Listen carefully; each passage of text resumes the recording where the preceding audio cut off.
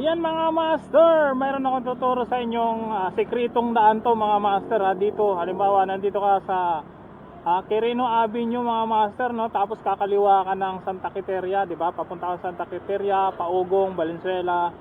Yun, kakaliwa ka dito sa stoplight sa Sangang Daan.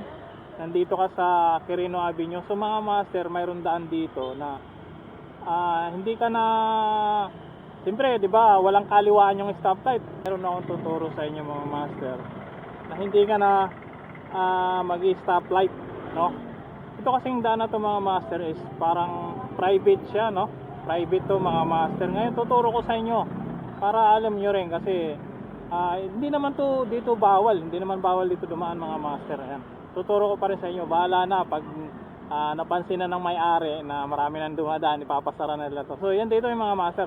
Pag malapit na kayo sa stoplight, dito sa bandang kaliwa mayroong Mercury, no? Katabi ng Mercury na yan mga master, mayroong gate dyan. Yan, no? Gate GHL Complex yung nakalagay dyan. Yung gate na parang blue. Yan, no? Blue. GHL Complex. Yan, kaliwa ka dyan mga master, akyat ka dyan. Yan. So yan ituturo ko sa inyo. Punta tayo sa speech mga master para mas malinaw. So dito lang yan sa yan. So tuturo ko sa inyo sa speech para malinaw. Tara, let's go.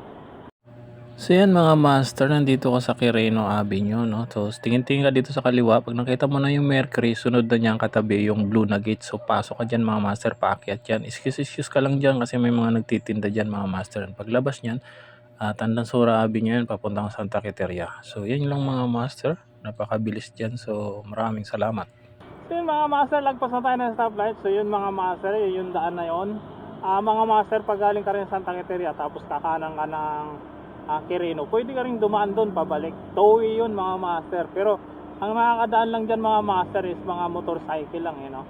So bawal yung 4 wheels mga master.